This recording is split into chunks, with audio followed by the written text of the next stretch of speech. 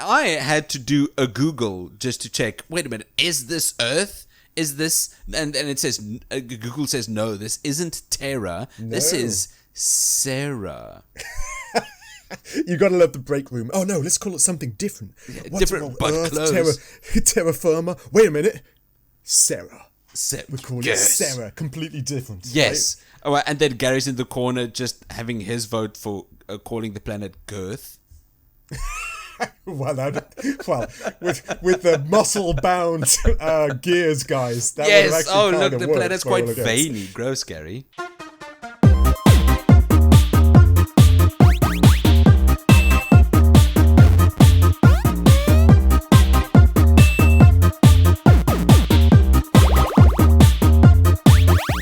Hello and welcome back to a brand new episode of everyone's favorite podcast, the Critical Arcade Podcast. I'm your co-host, Nick. And I'm Dave.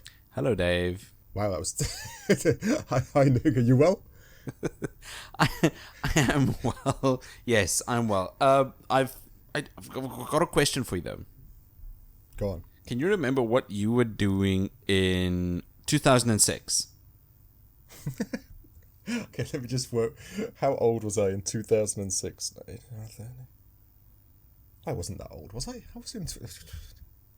Oh, okay, yeah. I was 16. 16? So I just got... Yeah, 2006. I was born in 1987. 13 plus 6... Oh, no, I'm bad. 19. Sorry, 19. That was bad maths. Sorry, jeez. Oh, no. I was 19. Okay, yeah, I guess I just matriculated, fundamentally. I got my certification out of high school. Were you... Puff. Go on. Were you one of the bunch that played Gears of War when it released? Is that when it released? The original. I was 19. Why does it feel earlier than that? But yes, I got the original Xbox that came with it. The one, I don't know if it was here or we got it over in England in one of our visits, but there was an Xbox that came with like a Gears of War bundle and stuff like that came with it. That's fancy. It was literally the first Xbox game I ever played. On the 360. 360, so yeah, the 360. So nice. Yeah, this is cool. A big game for my gaming history books, so to speak. No, I can imagine. I can absolutely. And you obviously you then played this with your brother. Yes, one of the great things about this, and it's sadly I get why it's dead, but single screen or split screen co-op, it was just because we came across from the Nintendo and everything else. There was lots of games that kind of had split screen, and then this had split screen as well, and it was Gears of War. So yes, I played it. I played most of them with my brother, I believe, in the end. You know what? Because it's just so good. I think most gamers with a history with Gears of War like yours are sharing the same sentiment. Yes, exactly. No, it is one of those. Yeah, that's one of those. It was a genre-defining type of game back in the day as well. This was a big deal, and the split screen and the. Did it originally come out with multiplayer? I can't remember. I think so. Must have done, right? I don't know. Yeah, no, it must have done. Sorry, but how about you? All good. You were too young, right? I was 13. Shit. I was 13 when this came out. I hate it when we realise the difference in age between the two of us. Oh, it's not that bad. No, I was drinking and you were, I don't know, watching PG movies at the cinema. Hell yeah. Did you play this game at that age? No, I didn't. I didn't play the original Gears of War franchise. The first time I played the original Gears of War was for our review, I think a couple of years ago. Yeah, the original one we did for the Xbox, right? Yes. That's crazy. But how did you not play, you know... What do you mean I never played this? Well, all my friends had PlayStations. So we only played PlayStation games growing up. I played a load of Resistance. You've played Resistance? Oh, no, I played Resistance. Out of curiosity, in South Africa, who won the console wars of that year then? Was it Xbox or PlayStation? That is a difficult question because around that time I was extremely out of the loop. In my little close-knitted friend group, it was PlayStation because that's all they had. Oh, in Europe, Xbox One, hands down. It wasn't really close fundamentally. Oh, yeah. No, everyone had an Xbox 360. Only quite a lot of people had a PlayStation 3, but now Xbox 360 just owned the entire marketplace. I can absolutely believe that. So sadly, not much anymore. But yeah, they owned it back then. what I'm trying to get at with this conversation is this week's game and the big conversation of, has this ended the console wars? Like, I know. officially? And I kind of love it because I think it has. I'm glad. I think this has got to be the biggest exclusive franchise that's now gone over to PlayStation or vice versa from PlayStation to Xbox, right? As of now, yes. Right? Because there were talkings Halo might, right? Is that a definite yet or no? I think it's only a matter of time. And the only other one I could think of was Fable. Like, I was trying to think of Xbox. Oh, really? In theory, the new Fable, is that going to come out on PlayStation 5 too? I remember the adverts, or is that just going to be an Xbox or a Microsoft exclusive? I don't know. I don't know. Nor do I. I have I'm idea. literally thinking about it just before this. But anyway, before we talk about the industry as a whole, how about, David, you introduce us to this week's game? That's true, I forgot about that part. Okay, ladies and gents, this week's game, as you've probably guessed, is the new revamped version of Gears of War. This one's called Gears of War Reloaded. Yep. Which is not to be confused with the Gears of War Ultimate Edition that came out just for the PC and Xbox, I think, not too long ago, right? Yeah, the Xbox One. Not too long ago. Was it how long ago was it? 10 years. No. Yes, 2015. It's like I'm father not too long time ago. here. What are you talking about? That was 10 years ago. That's crazy. Okay. Depending on how, 10 years is a long time. There's no way I can downplay that to be a short amount of time. but by all accounts, it's a really again, like you said, it was a show to show that cross-platform should be a thing. Yes. It's welcomed. All gamers should want it. Exclusivity is dumb, in my opinion.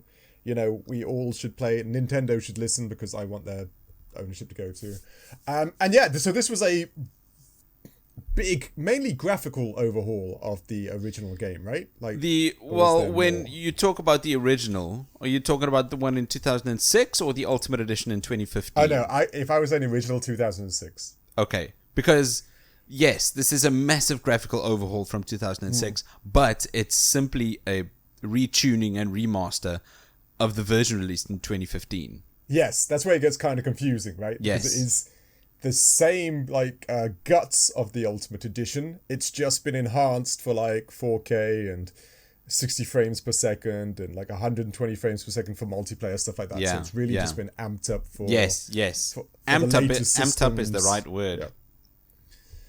Another fun thing about this, like I said, it comes with all the Ultimate Edition perks, be it the DLC, the cosmetics, the multiplayer maps, the fun gold guns and special tags and special outfits you get to play during the multiplayer. But the thing I also thought was really cool, though, is that if you have the Ultimate Edition on the Xbox account or Steam or wherever you play it, and then you buy the PlayStation 5 one and you want to play it on there, it actually your progression will cross over, which again is just a crazy handshake between companies to be able to do such a thing. Isn't it cool? Oh, I'm so glad I'm so happy we've finally reached this point. The console wars has always been dumb. Yes, agreed. I'm glad it's over to such a degree that no one can kind of deny. On the same day that PlayStation players received Gears of War Reloaded, Xbox players received a PlayStation franchise, Helldivers 2. Oh, that's true. Yes. Which, again, with all that Helldivers did initially with the weird PlayStation Network signups and all that other crap that came along with it, this is great stuff. I know, ladies and gents, it sounds like a little thing and stuff like that, but you got to take into account to just do the cross progression in this game to PlayStation 5. You had to code it, program it. You have to have the two networks accept one another. There's a lot going in there to just make that work, and that's a lot of teamwork and communication between the two different companies to kind of gel. Yes. And make it so that the consumer kind of gets the win here. We all get to play together. We all get to level up and enjoy ranked and all these other things that we get in games nowadays in an older franchise. It's great. It's great. So cool. It feels like a little part of the industry that's turning pro-consumer. Yes. Yes, turning in the right direction. Yes, with well, all stuff out others there. are Yes. just not. Yeah. This one is. It feels great. Now, I know exclusives, let's say 20 or 15 years ago, made sense for the industry, right? Trying to convince everyone that this platform, this consoles, where these games are, is where you should be too. This is where you should be playing your games. Although it does ever since the PlayStation 4, where people started buying the majority of their games digitally, building their digital libraries. Yeah. That doesn't make a whole lot of sense at all anymore. Yeah, agreed. Like exclusivity, but it's all digital. Exactly. And, there's no actual in-hand aspect to it. Yeah, it doesn't. Right. Instead of just packing this big box with all your controllers and all of your games and just selling it for one big price, you can't do that anymore. All your games are digitally on your account, which you can't sell. Now, you could also see it as being stuck on a certain platform. Like, I bought all of my digital games on PlayStation. Now I'm quote-unquote stuck with PlayStation. That's where the industry's gone. Agreed. So exclusives don't make a whole lot of sense anymore. Yeah, I agree. The only real person who still does it anymore is like Nintendo, which is, again, we just got announced a new PlayStation 5 handheld potentially coming out.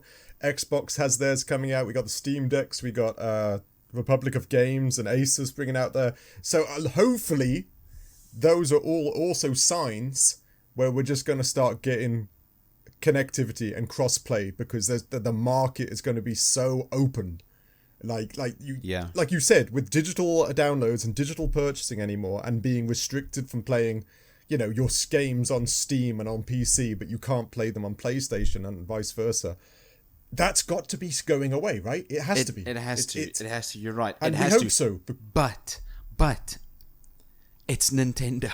We cannot. You cannot think Nintendo's going to be predictable or think logical in any of these ways. But I do love. Do you see that clip of what's his name, Gabe Newell, where he's like, buy a Steam Deck and just pirate Nintendo games? He's got like 110 hours in Super Mario Sunshine or something on his own Steam Deck, which is, you gotta love the guy by all accounts. Yeah, you gotta love Gabe. Oh, thanks. Thank you, Lord Gabe. Yeah, no doubt. Anyway, another thing I liked about this as well, if you owns the the Ultimate Edition, they just upgraded you to this version, with no additional costs. Nice. Which is, again, very consumer friendly. Very, very You've got pro-consumer. this version. You bought this version. We're giving you the new one for free, because it would be mean to resell you. Hell yeah. That's exactly what Sony didn't do. Yes, agreed. With any of their games. I think when Horizon Zero Dawn got the PS5 version, you had to pay $10 to get the upgrade. Oh, it's so gross, isn't it? It is. But we already purchased it. We don't want to purchase it twice. No. Like, that's insane. Yeah. But it is, like I said, this is all good news for the industry. We want to hear more. We should get more. Hopefully it leans that way, because it just means more connectivity. You get to play more games with friends, make new friends, enjoy like games of old that I used to play. You can now play with the younger generation and enjoy it. It's all just kind of good. It's like you said, it's something going in the right direction in the gaming industry, instead of just slop and negativity and all the other things that are happening right now. R.I.P. console wars, you shall not be missed. Yeah, exactly. Agreed. So we've been wafting for about 13 minutes, and we've not talked about Gears of War Reloaded not at waffling, all. Spitting facts and just knowledge. You're right. Take facts. This is Critical Arcade. Arcade, exactly. That's what people come here to listen to. Let's start with the narrative. Again, it's so hard. I've got the nostalgia goals, ladies and gents, so a lot of the narrative is just, it gives me goose bumps, because I remember back in the day, and it's like, oh yes, I remember this bit, and oh yeah, boom. I can't say boomers. We're now thinking about the new, an older person being a boomer, and it's taken all the fun out of, oh look, it's a boomer, and you're like, boomer, an old person, Boomers are cool. I like boomers in this game. I always liked them as a kid too. Are those the big guys that go Boom. Yeah, exactly. Hell yeah. That's all we needed in 2006. Hell yeah. Just like, what's that? Onomatopoeia. Yeah. What's that guy? Boom. You know what? I think He's a boomer. it needs to come back. These simple types of games, it needs to come back. Yep. I really love like it. I love you know those what? types of things. I kind of like the idea of an Earth adjacent planet. I was actually shocked that this wasn't Earth when I was reading. I don't know why. I thought this was just a dystopian version of Earth. That's what it looks like. Right? I was thinking, this isn't our planet? I thought it, like, even the technology and everything is the same as our planet. I had to do a Google just to check, wait a minute, is this Earth? Is this... And it says... Google says, no, this isn't Terra. No. This is Sarah. You gotta love the break room. Oh, no, let's call it something different. What's different, but Earth, close. Terra firma. Wait a minute. Sarah. We call it yes. Sarah. Completely different. Yes. Right? Oh, and then Gary's in the corner just having his vote for calling the planet Girth. Well, with the muscle-bound gears, guys. That yes. Oh, look, the planet's quite veiny. Gross, Gary. Yeah, right. Well, anyway, this is, as you may have heard, is set on the planet Sarah, I don't know how you say it, and they've witnessed Emergence Day, where a horde of subterranean creatures known as Locust emerge and just decimate humanity, right? Is that why it's called E-Day? Emergence Day? Yes, E-Day is because it's Emergence Day. They all emerge from I didn't even know COG meant Coalition of Ordered Governments. I just thought COG sounds cool. Oh, COG, yeah, because this is some gears. Hell yeah. Right? Who knew? Who needs to know back in the day? Because you're just playing badass guys saving the planet, right? Yeah, but I mean, that just goes to show you, COG, what did you call it? Coalition of Governments. Coalition of Ordered Governments. Coalition of Ordered Governments. Two O's. This touches on something I did not expect.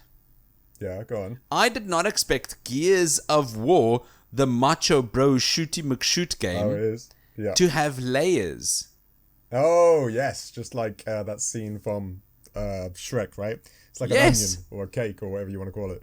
I didn't expect this game to have layers. Yeah, I literally wrote down surprisingly full range of emotion you can find in this game by all accounts, right? Yes. Like all of it. Not just anger and like testosterone. It's despair, sadness, triumph. Yes. You know, it's... I wrote down the narrative of this game is like a full-blown movie. It like start to finish is like being in a blockbuster 2010 type movie. I get it. Ooh, the moment I realized this was at the start of Act 4 when Marcus is in a helicopter and they're just zooming over the ruins and he's looking over the ruins sadly. Yeah, right. And I thought, whoa, what is that? Is that emotion on my macho bro dude? And there's what was his name? Was Zen or whatever, the first lieutenant guy who gets killed by the huge grub, and you're like, no. And I won't like narratively spoil it later on. Dom's story, good old friendly Dom, has a really rough tangent to his story, looking for his wife in this game or the subsequent games. I can't remember. I swear it's this one. I've gotten so close to the bit where I think it's going to happen because I've been playing this game for the review. It's got to be this one because they keep asking about his search for his wife. Maybe it isn't this game because at the start of chapter 2 when you find what are they called? The stranded. Yeah, the normal folk. Yes, right? there's this tiny exchange where he asks the main honcho, have you seen her? And then he says, no, I'll tell you when I see her. And then the game just continues. It's good narrative. That is good narrative. That little thread, right? It's pulling at you, right? That's what I said. That's why this game is surprising me. Why didn't I get this when I played the original 2 years ago? Because this is one of the things we've discussed before. Is it due to graphic fidelity that you found it harder to get into the narrative of a game that didn't look as good looking as the games you're used to playing? You know what? I don't like. I know it's rough to say. Or admit to things like that, right? I don't like what this says about me, but maybe yes. Yeah, I've found myself going back to older games thinking, oh, I loved this as a child. Then I play it and I think, whoa, why don't I love this anymore? Like, I know I've grown up, but still, you don't connect. And I don't know if it's just because... I thought Titus looked better than this. Yes, exactly. You do think those things. Whereas this game, as we're talking about visuals, has upped the just everything so much that it's easier to now fall into and play because it's hitting those benchmarks you're used to now. You want photorealism, you want lighting and shadow and stuff, right? No, it's an interesting one because I think I do the same thing. Yes, it's like when I played the original a couple of years ago, and I remember seeing our agent that's on the phone with us constantly. Yes. Anya, I think's her name. When I saw her, I thought, maybe, geesh. Maybe don't show Anya. Yeah, maybe black paper bag, possibly. But yeah, I got you. This time around, she's smoking. Hubba.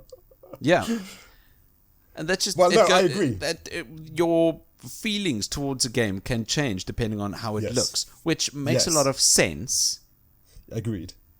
You're looking at a game constantly. Mm-hmm. But another thing I like the narrative about this game, and I always forget this. Again, it's very easy to brush this game off with just like a bro, muscle-bound, chainsaw, gun-wielding, bunch of marine types. But if you break down the characters, you got Marcus Phoenix, your main guy, who was dismissed and jailed for choosing his father over humanity to some degree. You've got Dominic, who's looking for his wife, who's kind of the happy-go-lucky kind of keeps a level head type of guy. You've got my favorite, Cole, the Cole Train. The Cole Train. The guy is so upbeat all the time. He really is. He really is. And humanity is in despair, and he is so upbeat every single time. And his arms are the size of tree trunks. Of course. I love Cole. Cole's my favorite. And then you got Baird, who's like that smart mouth cynic that's basically a genius, though. Right? He's always complaining. He's always in a bad mood. But the guy's like extra level in regards to mechanical and engineering and stuff like that. It's such a clever little dynamic. You're right, but I've got a hot take. Go on. None of them are... I don't think they are that likable. What? I think that the majority that they're kind of shitty. Okay, what? Shitty how? Like they're saving humanity here. I know, and I'm not saying their characters are bad. I'm sure they're fleshed out characters. Dom has got a tragic story, and they've all got characteristics and flaws, and I'm sure they're fleshed out. But in the story, they come across as just shitty people. Nobody likes them. Well, that's I know. I agree that in this first game, as in Gears of War 1, they definitely wrote the narrative because they knew they were making other games, right? So they didn't make much like character emotion, like a growth or anything like that, by all accounts. Because I think they knew they had a couple more games coming out of this. Because a lot of what I know about The Boys is actually stemmed from other games. That I get completely, but that's also not great. That means that this product that people are paying for... Okay, I know I'm nitpicking now. They get a full game, but that doesn't include any character arcs. Yeah, but that's 2006. You're right. I'm completely nitpicking. I know, hot take, not a lot of people are going to agree with me here. This is 2006, but I think Coltrane is funny sometimes. I like the banter between Baird and Marcus sometimes. Of course, yeah. But they're shitty people. So interesting. That's so interesting. Like, I agree. Like, I wouldn't want to bump into them down a dark alleyway, but I know, it's my nostalgia goggles. I completely agree with it. I grew up with these men. Yes. They taught me how to be cool and gruff and cool. I don't know, but okay. Yes, cool. Yeah, go on. Cool. Sure. Yeah. I don't know if I completely... You know, I'm just digging this hole further and further and further. Well, I don't know. You're allowed opinions. Like, you don't always have to see eye to eye by all accounts. I guess that is just what this is. My opinion. I think they can be cool, but they don't need to be rude or... I'm not getting the words that I want to. No, that's fine. It's fine. Like I said, it's always, when we do these things, it's always a big difference if we've had a childhood connection to the game, right? Exactly. It really is. Doesn't matter which game it is. I could find it trash. You could find it great. There's that, like Chicken Run for you, which for me was not a good game. There was always going to be that little switch that gets triggered in your mind or memories or whatever that will forever say, this is a good game, or that character's cool, or this was great, and it doesn't matter what people say. Mm-hmm. And that's possibly just this game. This game... I think it is. And I know I'm in the vast minority. I know I'm in the vast minority. I'm not that huge of a fan of these characters, besides sometimes Cole's quips. And so forth. No, okay, fair enough. Like I said, every game out there isn't for everyone. This one, but this one you didn't think was bad. It just didn't connect with you, right? Like emotionally and not the story kind of either. The story feels a bit basic at the start, at least up until Act 4. It was just get the MacGuffin into the mine. That's it. And kill everything in your way. I get this is 2006. I understand. Was that... Okay. No, you know what? That is... No, we had more. That is a complete lie. We had plenty of good stories in 2006. We had Final Fantasy games and all sorts of things that came with fleshed out stories. So it's not... But it was the thing that came out a lot, though. Like you said, Resistance, Modern Warfare...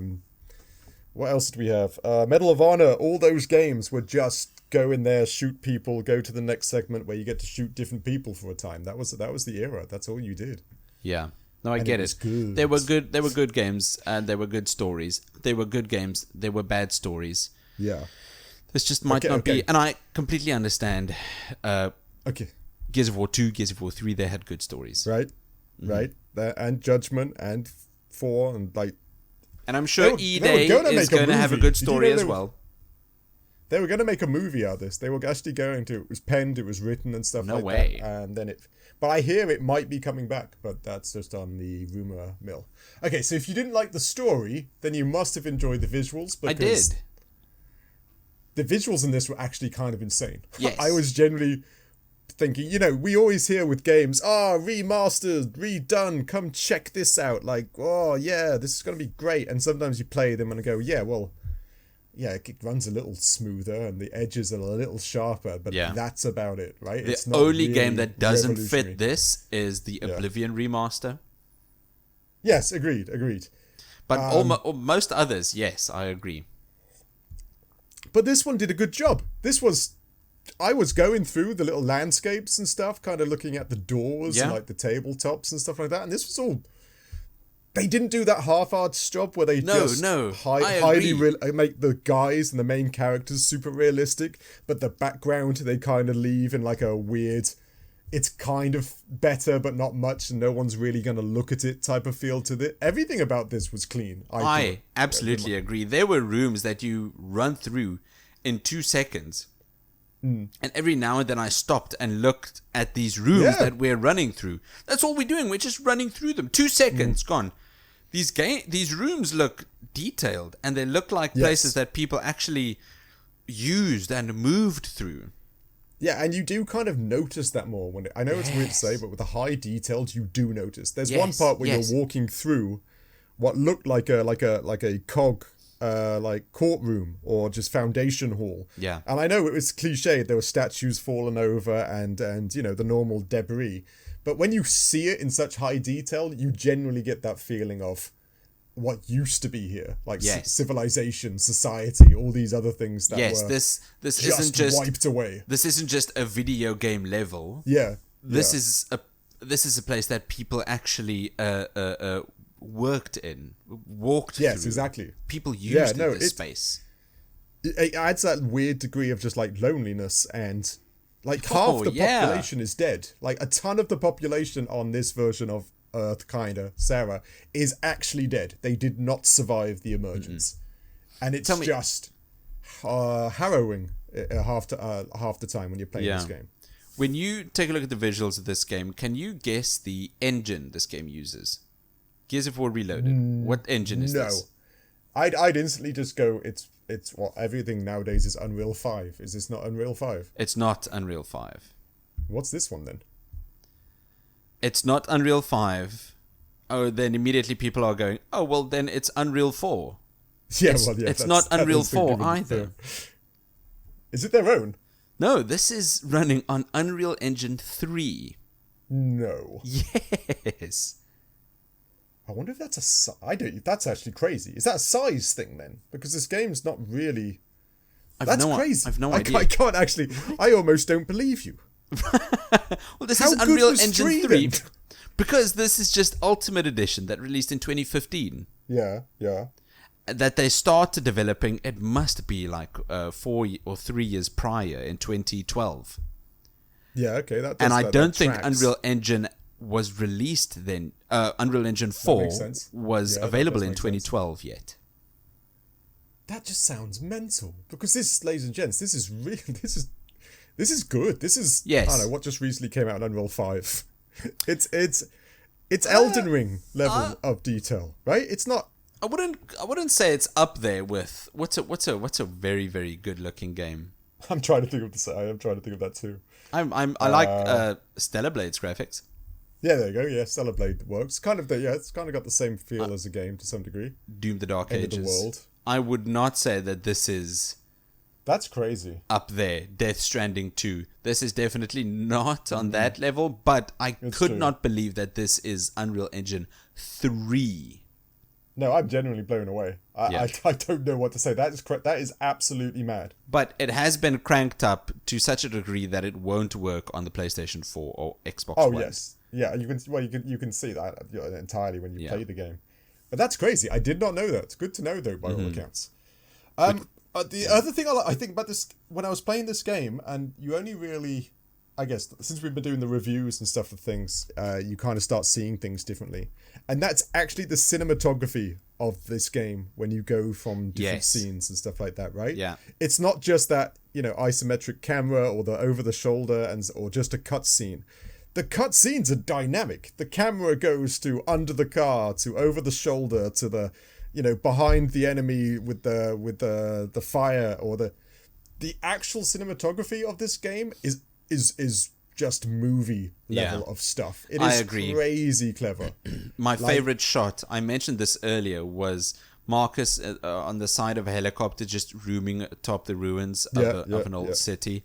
That's a genuinely great shot. I absolutely agree with you. Yeah, and just all of it. It's got the helicopters when they were shot upon. That whole scene was like, whoa, this is... Because you remember those scenes in like Modern Warfare, and you're just the guy sitting in the helicopter itself, and then there's a fire, and your screen spins, and you hit the ground, right? Yep. It's all different angles. It's rendered differently. It's there. It's the other helicopter. It's a helicopter crashing into something else as it gets hit. Everything's got high level of like visual storytelling to it, instead of just a isolated space that moves or there's some narrative. I think this is thanks to the game director of 2006's version having a vision of exactly this. A big, epic adventure of bro dudes shooting big aliens and making it feel epic and cinematic. Cliff Bleszinski really had a very good idea of what he wanted Gears to be, and I think he executed exceptionally well. Yeah, agreed. It is really weird to go back to a game like 2006. It's still the bare bones of the original game, and it just comes across. It's weird to say that this game that's so old still comes across better than a lot of games that are released now. Yeah. Not all of them, but it just plays more smoothly, and you just feel I don't know, you feel more engrossed in the story in regards to how the visuals are put. I do, but that's what cinematography and cinematicness does. You get engrossed. Yes. You feel, this is great. Oh, hell yeah. And another just cherry on the top, just cutting a grub in half with the chainsaw is just very caveman. Just yes. blood fueling fun. It activates my monkey brain. Yeah, exactly. It really does. And that's just a good time. Yeah, when we did our initial episode on the original Gears, I didn't like the big tank-like suits. Yes, granted. Yeah, I thought it'd make them look big and dumb. Yeah. But now I'm looking at it through like the Coalition's lens of intention. It almost feels like they intentionally made to feel big tanky bro dudes because of what we've been saying this whole time. You're just a bunch of guys being dudes shooting aliens, and it makes sense. Yes, and I maybe I missed it last time, but there seems to be like a resentment towards the cog people too, right? The stranded, right, that you meet along the way, who are normal-sized humans by standard and size and stuff like that. They have a resentment to cog. So it sounds like before all the Emergence Day and stuff like that, there was I don't know, maybe it was like a military coup or something. There's a story there to why they're so beefed up compared to the average person. I don't know what it is, but it sounds like there's actually a backstory to them being so muscle bound and so raw, and because there are so many humans that are just normal sized. Like it's I can only imagine they all had access to the gym to some degree. Yeah. But yeah, I think it does fit. And in theory, right, they're muscle bound because the grubs are muscle bound. So there had to have been some sort of, I don't know, I'm probably just pulling this out my own arse now, but they probably went through some sort of treatment or a stamina building thing so that they would be the same size as the enemies. I can see that. I can totally see that. Yeah. So yeah, I do. Visually, there is a lot of storytelling that gets told in this game that just doesn't get told in some of the latest games that we have.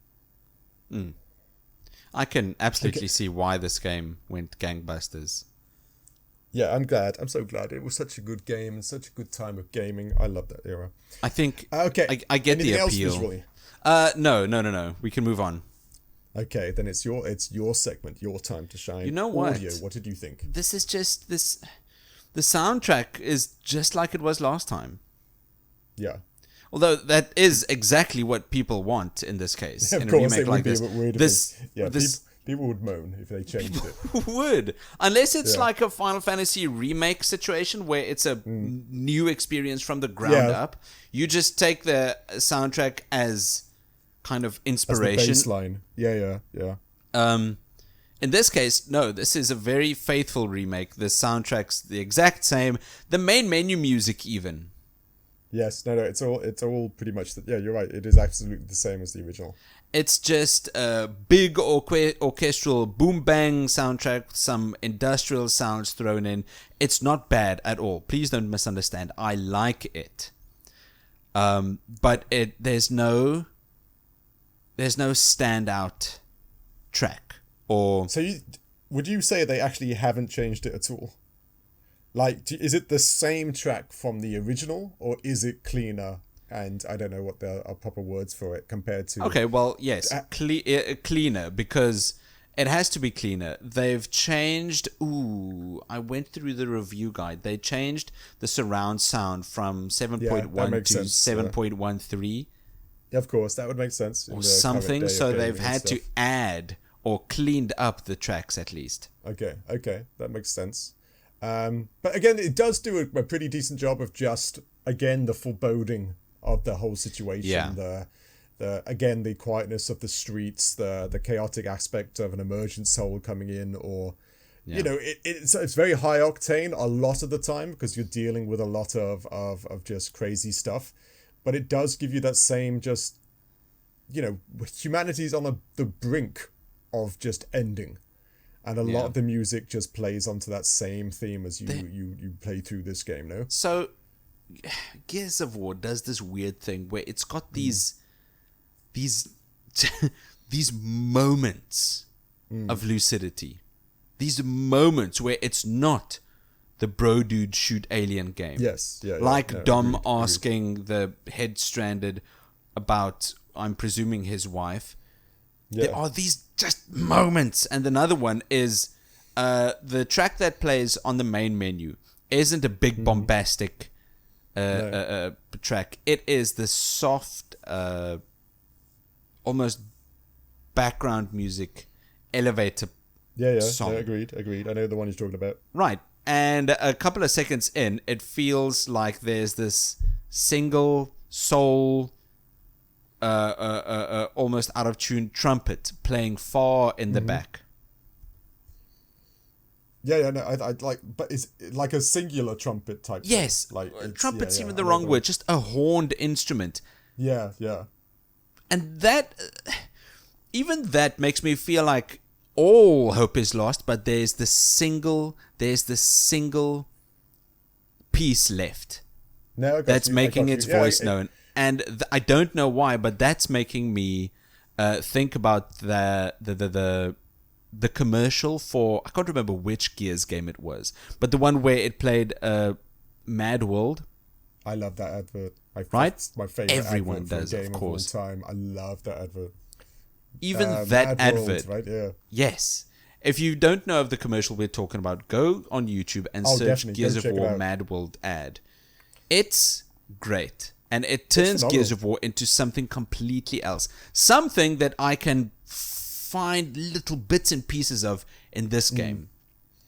I have curiosity. I was thinking this whilst playing the game. You know those bits where you find... Dog tags. I think it's where you find cogs and stuff like that, and it goes... I can't repeat the noise. It sounds like stringed instruments, I think. It's kind of like when you narratively find a new plot thing or something like that, or if you find cogs, it just isolated noise comes and plays when you do it. And I was just wondering what instrument that was, but it was probably synthesized. Now I come to think of it. Do you know the noise I'm thinking of or not? No. No, yeah, it's going to be super hard for me to describe. But I do love those bits where it's just, you've got the heavy situation and then you find something and it's that little, almost upbeat, kind of like happy little note that plays because you found something or you picked up something or a narrative key gets told in the narrative and you go, yay! In the bleakness that everything that's happened, you found a collectible or you found an item that was hard to get. Audibly, I thought that was kind of cool too. Yeah. No, these sound effects there are some sound effects in this game that are good, but there's one sound effect that has stood the test of time and is legendary. You know the sound effect I'm talking about. I really hope you're going to say boom. Boom. No, the one sound effect that has stood the test of time, it's absolutely legendary, and it gives anyone who plays Gears of War it takes this game from good to great, and that one sound effect is, say it with me now, Dave. Oh God. Oh yeah, the Lancer Rifle's chainsaw. Yeah, here we go. Thank God, I got it right. Yes. I didn't go full description Lancer, but yes, the chainsaw. The chainsaw.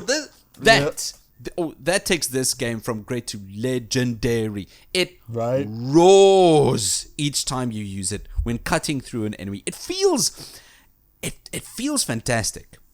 Yeah, there's just something very manly about Yes, I said before, it just activates my monkey brain. Right, exactly. It should have a hammer on it too, and just like a beer. No, I love it. Yes. No, it is all good. And that noise is very iconic. Yes. I bet you that gets very recognizable from a lot of games. Oh, yeah. When people think of Gears of War, they think about the chainsaw. Yes. Oh, definitely. It's great. Another fun thing, Marcus Phoenix is voiced by a pretty famous voice actor now, a guy called John DiMaggio. And he does the voice of Bender in Futurama, and recently he's done Heidegger in Final Fantasy, the remake and Rebirth. Do you know who Heidegger is? I know you played some of Final Fantasy. Heidegger? He's kind of like that big, booming guy with a big beard. He's kind of the evil military guy that just laughs all the time at things. No. Do you know the guy? No. Oh, you need to play more Final Fantasy. Jeez. I'm sure everyone listening knows exactly who I'm talking about. He's actually kind of a prolific character. He lasts quite a while in the story of Final Fantasy. Okay. So, yeah. The other voice actors I went through, they've done bits and pieces, but kind of didn't really get far. But I guess their career went elsewhere. Okay, anything else audio you want to talk about? No, we can move on to gameplay. So this for me is where, again, the nostalgia goggles come on, but it's also just such a game refining system. This was the first, I think, cover system. No, you're right. This is the first. And that is so defining. Even today it's used in games such as like The Last of Us kind of has the stick to the wall type covery system. Yes. No, you're right. And it's so Uncharted, it's still really good. No. Yeah, that's true. Yeah. It's still really good. It's not one of those janky ones where you get shot at when you're in cover. Well, did you not like it? Did you get shot at? I didn't get shot behind cover, but I'm not going to say the game isn't janky. Nah, you're right. But there's something about replaying games. The jankiness is the charm. But I can't disagree. It is janky. I am now regretting not playing this in 2006. Yes, exactly. When the jankiness can turn into the charm. That's right. I wonder if in like 10, 20 years time, like the jankiness of, I don't know, Skyrim, people are just going to go back, yeah, of course dragons fly backwards. Yeah. This is Skyrim. This is great. Or the jankiness of these Pokemon games. Exactly. They're just rendering really slowly. That's exactly how it's not a bug, Gyarados it's a survives. feature. Exactly. It's charm. It's character. Yeah, I know I say it, and you're absolutely right. This game is, to a degree, janky, but it only makes me smile when I play the janky. I'm glad. I wish it made me smile. This game feels clunky and janky, and I did not enjoy the dumb little sneak run that Marcus does. The dumb little sneak run is dumb. There's no doubt. That dumb little crouch run is just hard to control and it's kind of dumb. Yeah. I'll give you that. If I point my analog stick just slightly to the side, now he's just running completely 90 degrees. Yeah, why? No, I basically just dived everywhere if I wanted to go fast. Yeah. It just seems easier. Yeah, it infuriates me. I just walked to the next cover. I have to ask, how good was your special reload? Did you get that down? Did you? I wrote it down. Okay. I wrote it down here in my notes. I've since figured out the reload mechanics. Turns out I was just an idiot. Oh, were you at least getting it reload? You weren't doing jammed every time. Of course, okay. No, of course I got that. Marcus Phoenix punched his gun numerous times on my game. He does get frustrated because I got it, but I got the achievements for the reload with the special reload. Yeah. So I wasn't doing too bad. It took me about 3 times, and then like the 2006 David just came in, and he was like, nice. I was like, yeah, and that with a sniper rifle and everything. Yeah. It was it's glorious. It's a weird little mini game just to reload your gun, but when you pull it off, it's good. I know it makes you smile again. These game mechanics, I think they've got the game design here.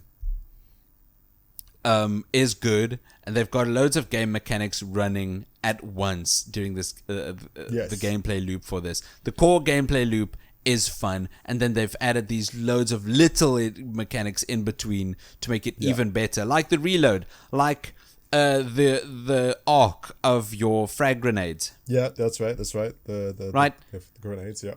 The little shuffling behind cover systems to flank.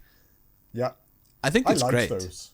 Yeah, that's again, that was cool. I liked. The only thing there were 2 things I didn't like about this. Now, we can all agree that the AI is just useless. Yes. You should definitely play with friends, co-op or something. Absolutely. Because the AI is insane. They just sometimes just don't do anything. They just stand. Yeah. And it's frustrating as hell. Another a fun thing is I got stuck in one segment because the guys wouldn't come with me to the next door. They wouldn't like, and I was like, "What's going on?" Like, I swear in 2006 it wasn't this bad, but that was a long time ago, so I don't really know. Let's finish up our points on gameplay, then we can get into performance. Okay. Another great thing. Go on, sorry. I just wanted to say that you can see a lot of the game design that went into making this game was built with co-op experience in mind. Yes, 100%. There are so many bits weird things where it's co-op. Because you're right. Co-op was so important because did you get any of those, the segments where you take on the guys with the mounted turrets? I think they're Trigger or something like that. Yes.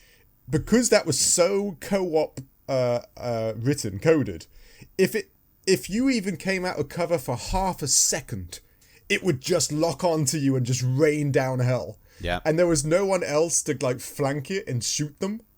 So a lot of the time you just have to sneak out of cover for half a second and go bang and then come back in again. Yep. Which that's so coded for co-op because someone's really supposed to take his attention and then you take him down and stuff like that. Yes, that's why you flank. That's why you should flank. So those bits were super frustrating for me because it kind of just made it annoying more than it made it challenging because it would lock onto you instantly. Yeah. Not even be distracted by the other three guys in the slightest. No. It was so annoying. They're not the player characters, you are. Exactly. Main character syndrome. Stop trying to kill me. Kill them. Another great thing about this is it actually does have all the old school multiplayer modes. It's got Deathmatch, King of the Hill, Blitz, Warzone, One Shot, One Kill, 2v2, Assassination. You can set up your own private matches. You can do ranked. It's got all that stuff. But one thing I played with the multiplayer a bit, and it was the weird thing that dawned on me, which I enjoyed more, is that you go onto the multiplayer and you host or you join one of these things, and you're not, and it's a crazy thing to say, inundated with battle passes and microtransactions. It's kind of smooth. The good old days. It is crazy to say that, but just the menu system just not being full of noise and color and like just volume coming at you at you all the time get this, earn these crystals, take this down. Just great. Sucks. It was actually kind of chill to just go into like a multiplayer game, select one of the modes you want to play and just wait to be connected to it. How revolutionary that this 20-year-old game manages to feel more like a game and not just like an ad or an ad for more ads. And you might be able to play a game if you're lucky. Yes, true. But isn't that just crazy? It is crazy. But I actually felt... Sorry, yeah. I was amazed how like Fortnite and Battlefield and all those things. You kind of get that nervous anxiety of the I'm only 6 more kills from the next level up, or if I do this and it's a double XP weekend, I can do this, and this. Just the relaxed nature of going into a multiplayer game and just being like, okay, to just play the game. Let's just hook up some guys and kill some stuff. Nice. The pressure is just not there, and you still get little cosmetic doodahs and special outfits and all the other things that people like to collect, just none of that being shoved down your face continuously in the game, which is great.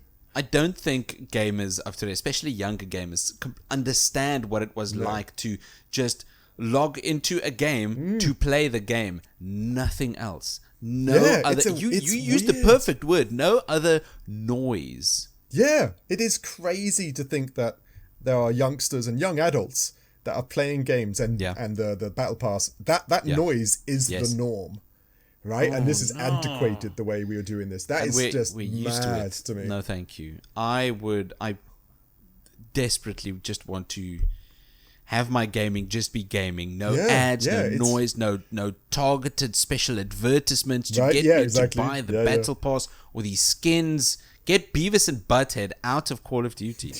Yeah, I know. I'm kidding. I don't care. Call of Duty has lost the plot, haven't they? Absolutely. They have completely lost the plot entirely. Yeah. And the unfortunate thing is, it doesn't matter because people are going to give them money anyway. Well, there was a bit of backlash because they said that the skins you got in the last Call of Duty you could move over to the latest one, and everybody, like you said, everybody was like, no, this is a war game. This is not Beavis and Butthead. This isn't Seth Rogen and his multicolored jacket or whatever's in there now. People are getting so frustrated with the game space where it's just all advertisement and some color and not gaming. It's supposed to be about gaming. It's about having fun, like enjoying time. I mean, not for the executives. pastime, For them, right? it's about making money. Yeah, I agree. Yeah, it is crazy. Anything else about gameplay you want to add? No, you know what? We've gotten so far past gameplay. We have. Okay, then this is where our two scores completely disrail. Performance. Mine was great. I had no problems. No problems. Whew. Like, I'll give you AI. I got that one part where the guys wouldn't come to the next section, so I couldn't really load it onto the next section. I'll give you that. Okay, you had a problem. Yes. Okay. My performance, I scored a 3 out of 10 because that's what I think this performance is. So, first of all, the Coalition did a lot to improve the performance on this version, right? They made the game 4K resolution. You can play this game in 4K on your PC. They pushed it to an uncapped frame rate. You can, if your PC can handle it, the frame rate can be whatever you want it to be on PC. Which is crazy. And they've even optimized this for the PS5 Pro by having it utilize PSSR. Okay. Sounds good so far. Yes, they did a lot to improve the performance for this game. It's just so unfortunate that none of these improvements are for fixing bugs. What bugs did you have? Loads. No way. Yes. Exactly what happened? I can't understand. So, okay, sometimes, right, Marcus, Marcus, would just teleport to the checkpoint it needed me at as I was running around the area collecting ammo. But that was that's. Don't say that jank was a feature. Don't say that's part of the charm. That was exactly what it was like in 2006. Because it shouldn't. Okay, you know what? If this remake, this is a remake, it shouldn't be in co-op. If one of you went to the next area, you would instantly be transported to that next cutscene and area. Yes. That's true. It would. No split second, no delay, no frame drops. No, I'd be here. Boop, now I'm at the checkpoint. Go. That's true. Yeah, I'm not gonna lie. I'm still gonna put that under charming jankiness, but I do understand how. No. Okay. What about this? At the end of Act 2, my junker fell through the road. Oh, that's crazy. Okay, that did not happen to me. I hate that segment in the game because it's boring. But no, my junker went fine. It was, like I said, it was boring as a segment goes. But my junker fell through the road, and halfway through the road, it all of a sudden remembered there was a road. So now it's stuck. My arse is hanging up in the air like the Titanic. And there's absolutely, you can't even get out the junker or anything. No. I tried forwards, backwards, reverse, accelerate, turning. After 2 minutes, I decided I'm not fighting these little bat things again. Yeah, I hate and those things. Somehow squeezed myself back onto the road to finish the act. Yeah, that's crazy. Well, that certainly didn't happen to me. I can kind of like see where that segment would fall apart because it wasn't the smoothest bit of the game. No. Right? Okay. That's a weird little bit. Yeah, no Also, that's not charm. Next, in the mines, near the end of the mines, you fight a corpser. You do, yes. Yeah, right. I got him to the end of where you kill him, and he on the platform, right? Yes, and he smashed the latches. When he smashed the final latch, he also smashed my Marcus Phoenix, and I saw the Gears of War skull icon in the middle. Yeah. For a split second, and I thought, that's it, I'm cooked. But thankfully, the cutscene played, and the corpser fell, and there's this big badass scene of Marcus not giving a damn. Yeah, right. That scene is cool, though. That scene's cool. I like that scene. It is a cool scene. And then you get Cole and Baird running up from behind, saying some things. The moment that cutscene ends, I get the "you died" scream. I'll give you. It's funny for me because I didn't have to go through that part. But that is a bug, but that's kind of a unique bug. Like it is. That's a 1 in 1,000 chance of that kind of happening. But it's a bug. I can't really hide that that's a genuine bug. Yeah. I really hoped that I would have gotten the checkpoint directly after that cutscene. No, did you not? I did not. You had to do it again. I had to fight the corpse again. Well, it's an easy fight, but I can understand that. It is an easy fight, which is exactly why I died 3 more times. Why did you die 3 more times? Because it would have been too easy for me to just kill him again. That must have been one frustrating freaking game. So frustrating. But I did it. I can see the score now. I can see why that's a 3. I also got stuck on foot a couple of times on the level geometry. I got stuck behind some rocks a couple of times, and I couldn't get out. I needed to roll over the rocks, and it took me a couple minutes. Okay, that is annoying. Were you exploring a lot then, by all accounts? I tried to explore. This isn't an exploration heavy game. No, it's not. But you do have to go in every nook and cranny for cogs and ammo and stuff kind of find like that, dog tags and all of the like. Yeah. Even once I even had to restart at a checkpoint because I got stuck on the level geometry. Jeez, I didn't have any level geometry problems. Granted, I might have been just like spearheading straight through everything. Yeah. So maybe I didn't look around as much as you did. But yeah, I can't blame that on charm. That is a problem. If it ruins your game or just your playthrough at that moment, then that is actually a problem. That's a genuine problem. Coding and stuff like that. I'm not going to turn a blind eye towards all the improvements they made to the performance. Yeah, like the 4K, uncapped frame rate, even the PSSR and PS5 Pro. Incredible. That's great. They even did some stuff for the Xbox versions as well. That's great. But get rid of these bugs. Get rid of the bugs. Well, it is quite funny you just saying get rid of the bugs because the bad guys are basically grubs and locusts and stuff like that. So it's like a tagline. Get rid of the bugs. Get rid of the bugs. Marcus Phoenix. It's been 63 years. I can get your 3 now. Okay. Value for money. What did you think then? Value for money. I think this is some great value for money. If it's only $40. Yes, $40. I was shocked by that. That's it's $40 across all platforms. Just a good round 40. Doesn't matter where you go. If you've not played this, then the campaign is a great time, especially if you've got a friend for co-op. And if you've got a squad, then you can jump into the multiplayer. Yeah, exactly. Yeah, it's nice. And you've got all of the modes, all of the maps for $40. Yeah, and I love, again, like we were saying in the very beginning, $40 across all platforms means they've all been talking to one another.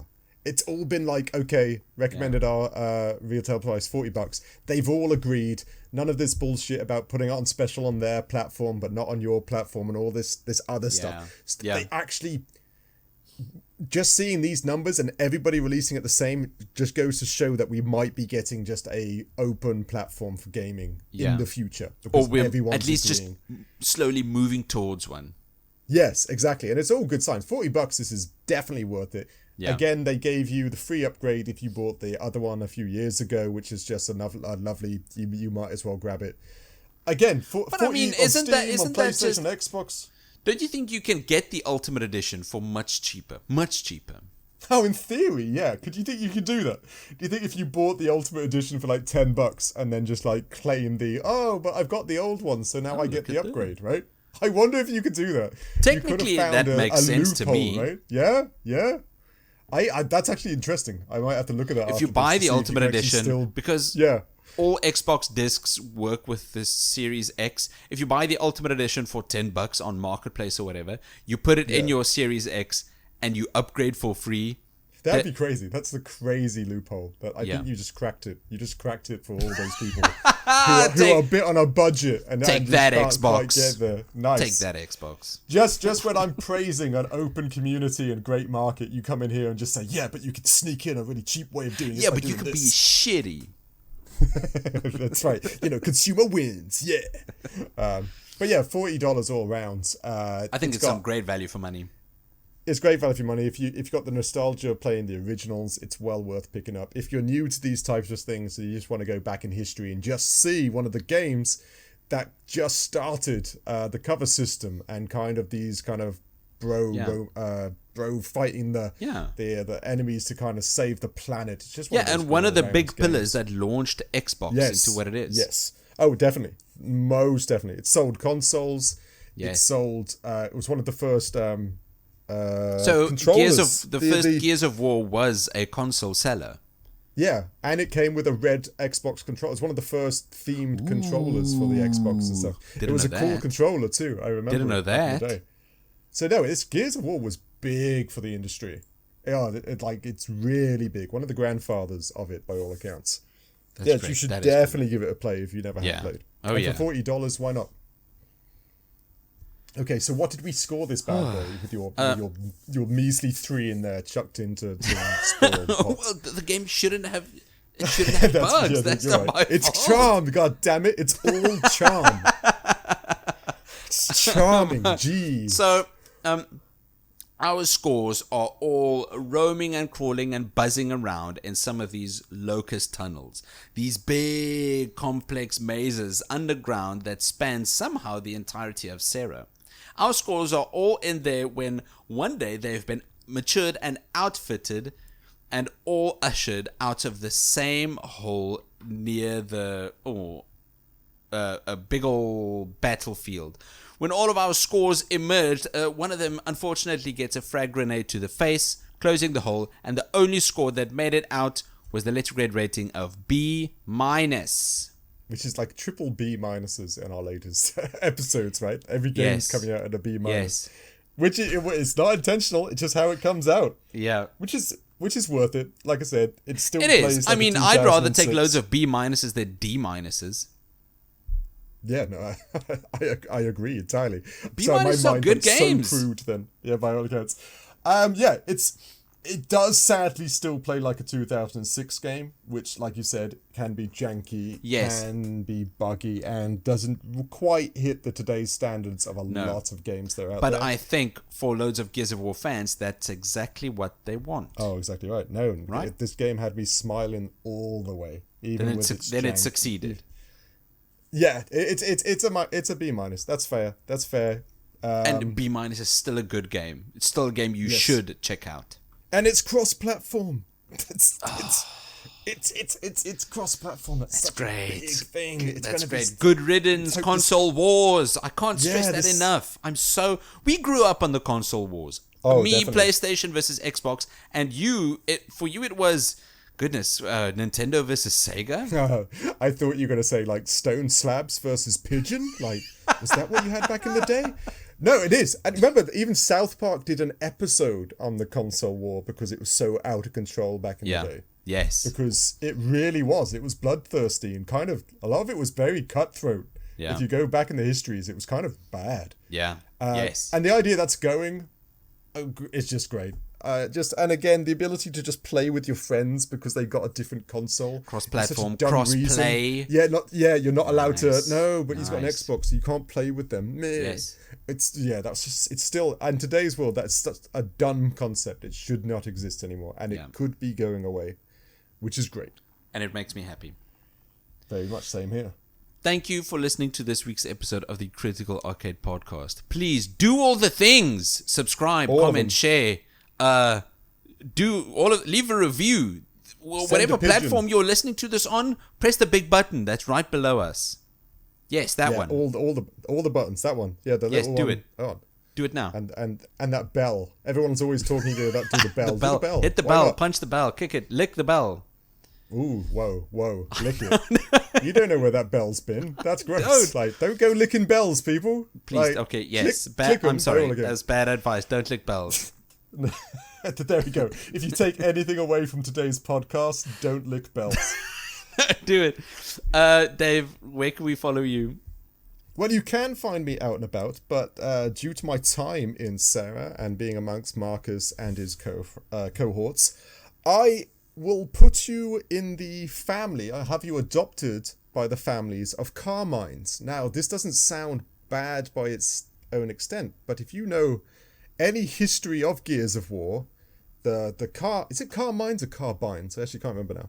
Carmine. They don't last long. No. If you play any of the Gears of War games, they just don't have a long lifespan. They're the red shirts of Gears of War. They really are the red shirts from Star Trek. Or yeah, by all means, if that's the life you want to lead, or if you think you could survive the onslaught that is the locusts and everything, by all means, follow me. I will just have you adopted by the Carmine family, and we'll see how well you fare. You won't fare well at all. Spoiler warning. Yeah, it's true. That's a slight. Rather than don't fall in love with Carmine in these games. If it, spoiler warning by all accounts. Just don't Dave, do it. what have we got lined up for later this week? Right, we've got a doozy this week coming up because we've been blessed by a bunch of new games on our list. All hail the list. All hail the list. The next game will be a game that's had a lot of hype for it. It's caused some stormy waters for the moment, but we'll see what we think about it. It's the game Lost Soul Aside. Yeah, Lost Soul Aside is such an interesting case. Yes, agreed. This is I know what you mean, because the story of this is actually the backstory of this game is kind of interesting and cool. Very. But it might not have pulled off what it tried to be, and I don't know why it's a side. What is it a side of? The Lost Soul is a side of what? A plate? I don't know what that means. Don't know either. If you want to know, if you want to figure out what the side part means or what's happening with this game, tune in later this week for our next episode on Lost Soul Aside, and we'll see you then. Cheers! Cheers!